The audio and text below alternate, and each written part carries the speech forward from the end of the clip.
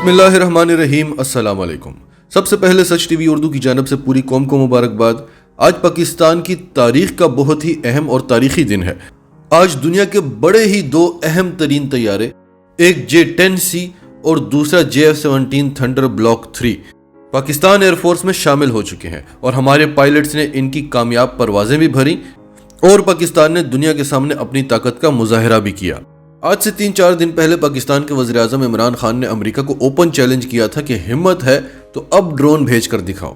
मैंने अपनी एयरफोर्स को कह दिया है कि कोई भी ड्रोन आए तो उसे गिरा देना।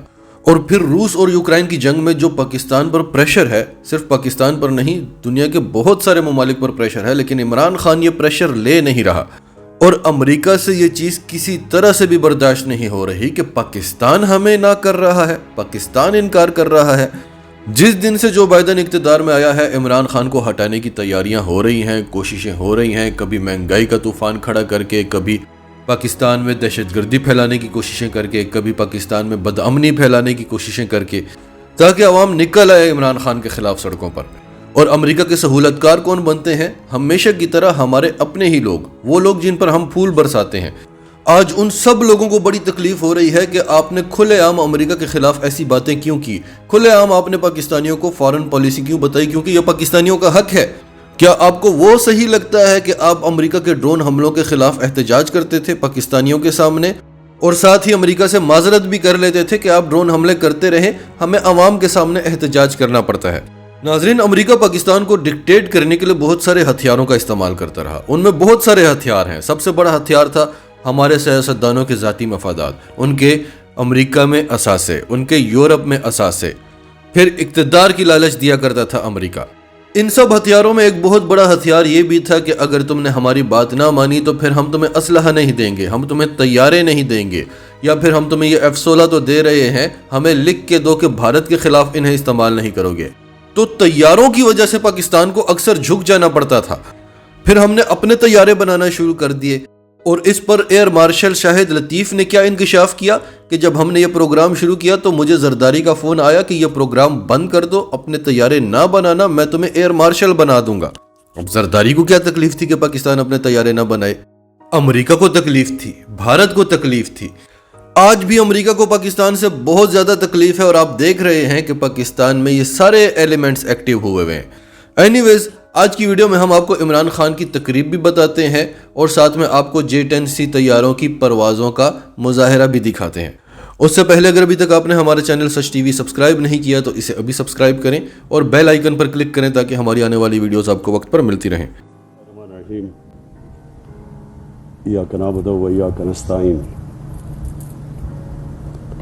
जनाब एयरफोर्स चीफ ज़हीर अहमद बाबर साहब, फेडरल मिनिस्टर्स, सर्विसेज चीफ्स, हमारे चाइनीज़ गेस्ट ऑफिसर्स, मैं सबसे पहले तो आज अपनी कौम को मुबारक देना चाहता हूँ कि तकरीबन 40 साल के बाद, 40 साल पहले F-16 हमें अभी भी याद है कि जब इंडक्ट हुए थे हमारी एयरफोर्स में तो पाकिस्तान में एक बड़ी खुशी की लहर भागी कि हम अपने आप को डिफेंड कर सकते हैं लेटेस्ट एरोप्लेन से एयरफोर्स के अंदर। और उसके बाद अब ये जो आज हमने डिस्प्ले देखी है J-10C की, ये हमारी कौम को इसलिए हम मुबारक देते हैं कि अनफॉर्चुनेटली एक इम्बैलेंस क्रिएट करने की कोशिश की जा रही है हमारे बर्रे सगीर में, और उस इम्बैलेंस, सिक्योरिटी इम्बैलेंस को एड्रेस करने के लिए ये एक आज अल्लाह का करम है कि ये एक बहुत बड़ी एडिशन हुई है हमारे डिफेंस सिस्टम में। मैं इसके लिए चाइना का ख़ास तौर पे शुक्रगुजार हूँ। अपनी कौम की तरफ से चाइना का शुक्रिया अदा करते हैं कि उन्होंने पूरी रिकॉर्ड टाइम, गालिबन 8 महीने के अंदर ये हमें जेट्स प्रोवाइड किए, जबकि इसका काफ़ी साल लगते हैं। और दूसरा, मैं चीफ आपको जो भी आपने बातें की हैं, मुझे बड़ी खुशी हुई कि इस तरह की मॉडर्निस्ट تھنکنگ ہماری آرم فورسز کے اندر آ گئی ہے، کیونکہ جو آپ نے ٹیکنالوجیز اور آنے والی جو فیوچر وارفیئر ہے اس کے اوپر تو اب ٹیکنالوجی کے اوپر خاص طور پہ زور دیا جائے گا. تو جو بھی میری آپ سے ملاقات ہوئی کہ آپ سے ہم نے ڈسکس کیا کہ ہم اب کیسے اپنا ملک کا رخ موڑ سکتے ہیں انڈیجنس ٹیکنالوجیز ڈیولپ کرنے کے لیے، جس کے لیے ہم نے ٹیکنالوجی زون سیٹ اپ کیا. ہم نے آپ کے ساتھ مل کے انشاءاللہ جو ایک یونیورسٹی بنا رہے ہیں جس میں ساری ماڈل ٹیکنالوجیز ہوں گی. اور میں یہ بھی سمجھتا ہوں کہ ہمارا ملک بڑا خوش قسمت ہے کہ ہر قسم کا پروفیشن، ہر فیلڈ کے اندر کوالٹی پروفیشنلز پاکستانیز آج اویلیبل ہیں، لیکن ابھی ملک سے باہر بیٹھے ہوئے ہیں. تو جیسے جیسے پاکستان آگے بڑھتا جا رہا ہے، سٹیبل ہوتا جا رہا ہے، اکنامکلی ساؤنڈ ہوتا جا رہا ہے، ہمارا ڈائریکشن سیدھا ہوتا جا رہا ہے، ہم اپنے سسٹمز ٹھیک کر رہے ہیں، انشاءاللہ یہ بھی سارا ٹیلنٹ ہمیں اویلیبل ہوگا. میرا یہ ایمان ہے کہ ملک میں ہم ہر قسم کا انٹرنیشنل کوالٹی کا ادارہ بنا سکتے ہیں، صرف اس لیے کہ ہمارے پاس یہ اویلیبلٹی ہے باہر ایک پول آف پروفیشنلز کی، کہ جب بھی ہم انشاءاللہ اس ملک میں جس طرح یہ آگے بڑھے گا ہم ان کو واپس لا سکتے ہیں. مجھے پاکستانی قوم کی طرف سے آج اپنی آرمڈ فورسز کو ایک پیغام دینا چاہتا ہوں کہ ہمیں بڑا کانفیڈنس ہے کہ ہمارے پاس ایسی آرمڈ فورسز ہیں جو ہمارے ملک کا دفاع کر سکتی ہے. ہمیں یہ کانفیڈنس ہے کہ کوئی بھی پاکستان کی طرف اگر دیکھے گا اگریشن کے لیے تو ان کو پتا ہوگا کہ ان کو بہت بڑا نقصان اٹھانا پڑے گا. جو پلوامہ میں کے بعد جب بالا کوٹ پہ اٹیک ہوا تو جو پاکستان کا جس طرح کا رسپانس تھا، ایک ساری دنیا میں پیغام گیا کہ ہمارے میں پوری کیپبلٹی اپنی حفاظت کرنے کے لیے. آپ کو میں یہ احساس آج دلوانا چاہتا ہوں کہ اصل میں آپ کی آرمڈ فورسز کی طاقت تب بنتی ہے جب ساری قوم ان کے پیچھے کھڑی ہو. آرمڈ فورسز اس ملک کی تکڑی ہوتی ہیں جب قوم اور آرمڈ فورسز ایک ہی طرح سوچ رہے ہو.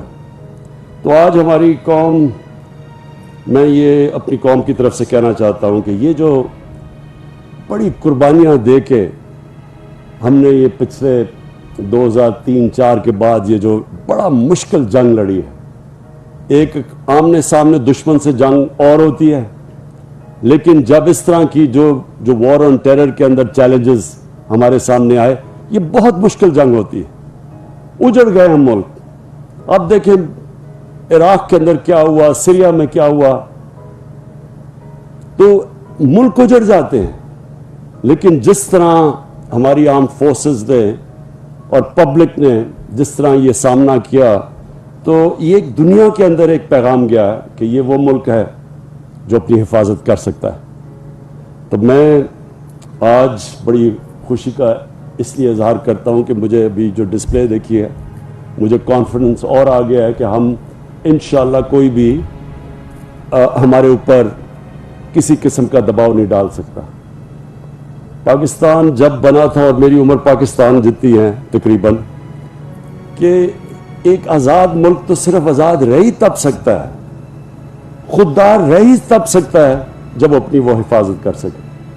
تو میں آخر میں اپنی گورنمنٹ کی طرف سے آپ کو جو آخر میں میسج دینا چاہتا ہوں وہ یہ،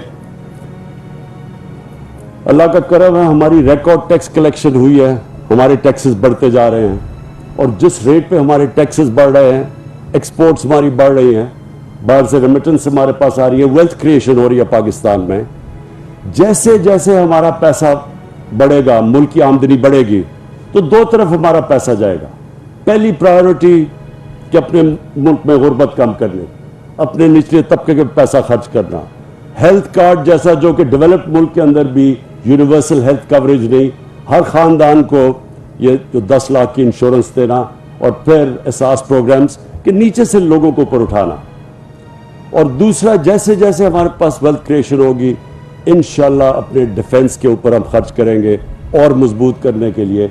کیونکہ اصل میں تو جب ایک اصل آپ کی طاقت یہ ہے کہ کوئی آپ کو جنگ لڑنی نہ پڑے, کہ لوگوں کو یہ پتہ چل جائے کہ ان کے پاس اتنی تیاری ہے کہ جب اگر وہ ان کے اوپر کسی قسم کی اگریشن کریں گے تو ان کو بہت بڑا نقصان ہوگا. تو انشاءاللہ ان دو طرف ہم اپنا پورا اگلا جو ہماری بجٹ کی پرائرٹیز ڈالیں گے. میں اسکواڈرن 15 کو آپ کو بھی آج اکنالج کرتا ہوں, کیونکہ جو ہم نے ڈسپلے دیکھی اور یہ جو آپ نے ریکارڈ ٹائم پہ یہ نئے ایئر کرافٹس کے اوپر جو قابو پایا, تو آپ کو بھی میں آج اپریشیٹ کرتا ہوں. Thank you. ناظرین, آپ کی سب کے بارے میں کیا رائے ہے؟ کمنٹس میں اپنی رائے کا اظہار کرتے رہیں, اور اگر آپ ہمارے چینل پر نئے ہیں تو ابھی سچ ٹی وی کو سبسکرائب کریں, سچ ٹی وی فیملی کا حصہ بنیں, اور ہماری ویڈیوز پسند آئیں تو انہیں لائک کریں, شیئر کریں, تاکہ زیادہ سے زیادہ لوگوں تک یہ میسیجز پہنچ